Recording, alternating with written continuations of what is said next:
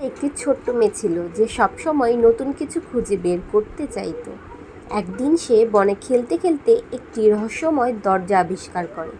দরজাটি খুলতেই বুবু একটি জাদুরাজ্যে প্রবেশ করে।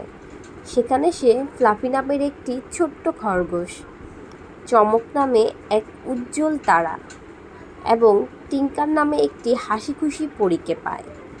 তারা সবাই মিলে জাদুরাজ্যকে রক্ষা করার জন্য একসাথে কাজ করে।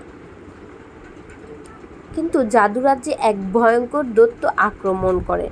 তারা জাদুরাজ্যকে এই দৈত্যের হাত থেকে রক্ষা করার জন্য সবাই একত্রিত হয়ে পরিকল্পনা করে।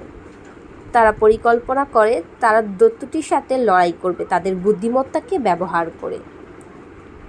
দৈত্যটির সাথে তারা লড়াই করে শেষমেশ দৈত্যটিকে তারা পরাজয় করিয়ে দেয় এবং দৈত্যটি তার হার মেনে নেয়।